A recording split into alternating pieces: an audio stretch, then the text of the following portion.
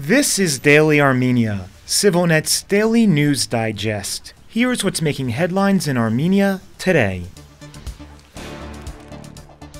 During an address to the nation yesterday, Armenia's Prime Minister Nikol Pashinyan called for the holding of a constitutional referendum. Pashinyan argued that adopting a new constitution is vital for the country's future, as the current one was enacted without widespread public approval and later amended in 2005 and 2015 through referendums that, he claimed, were undemocratic and widely seen as illegitimate by society. There is no sense among Armenian citizens that it was they who adopted this constitution, that they were the ones who voted for it. For well-known political reasons, this perception never took shape, he said. This push for constitutional reform comes about a month after Armenia's Justice Minister, Surbuhi Galyan, who is widely regarded as the key figure behind the constitutional reform project, promised to develop a new constitutional text before the upcoming parliamentary election, set to be held no later than June 2026. Calls for a new Armenian constitution have faced criticism, as they are widely seen as a response to Azerbaijani demands. Since taking full control of Nagorno-Karabakh in September 2023, Baku has repeatedly pushed for constitutional changes in Armenia that would eliminate any references to the country's Declaration of Independence adopted in 1990. Azerbaijani President Ilham Aliyev and other high-ranking officials have expressed concerns over the declaration, which states that Karabakh must be united with Armenia.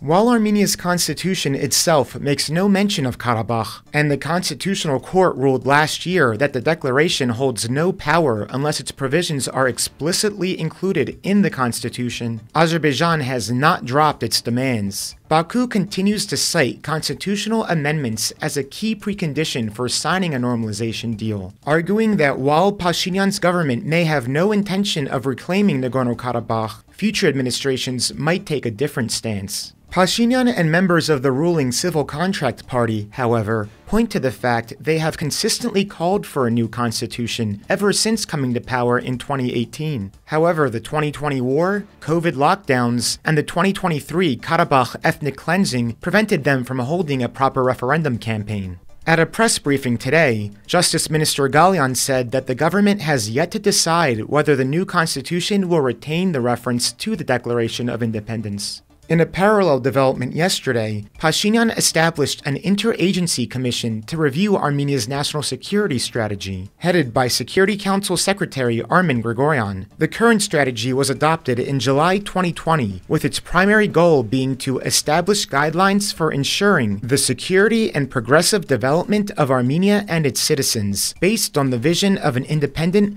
sovereign, and powerful country serving as homeland for all Armenians globally.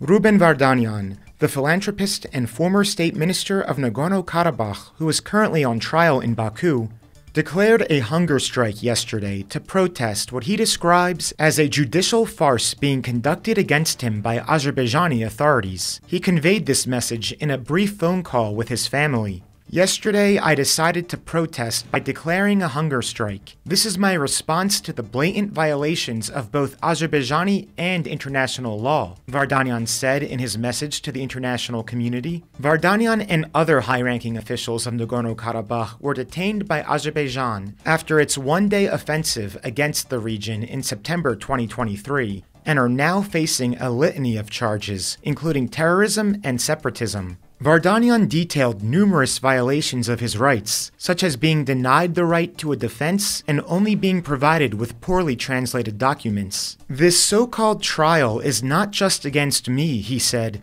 It is an attempt to criminalize all Armenians, all those who supported and demonstrated compassion toward Artsakh and its people. The trial has so far been conducted behind closed doors, with foreign journalists and independent international observers not allowed to attend.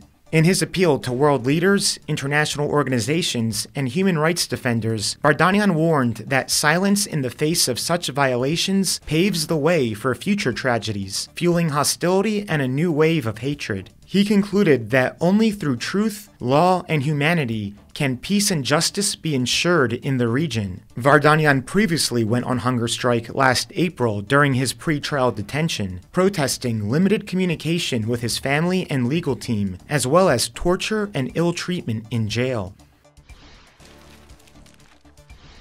Check out our latest ＳիվիլՆեթ podcast episode, in which Eric Hakopian discusses the shifts in the global political landscape over the first month of the Trump presidency. He traces the rise of populism in Europe and the US, and evaluates how Armenia must adapt its strategic diversification efforts to navigate the unpredictable Trump-Vance administration. You can watch it at the link in this video's description.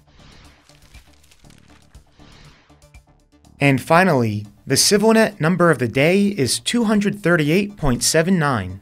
That's the number of points scored by Russian-Armenian figure skater Adelia Petrosyan, the winner of this year's Russian Grand Prix finals held this week in the Siberian city of Krasnoyarsk. In December, the 17-year-old skater won the title of Russian champion for the second time in a row.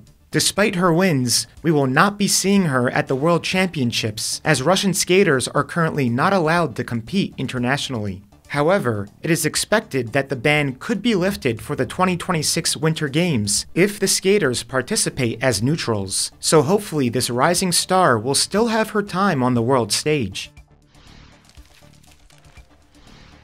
And as always, please follow ＳivilNeթ for the latest news and independent reporting from our contributors on the ground here in Armenia.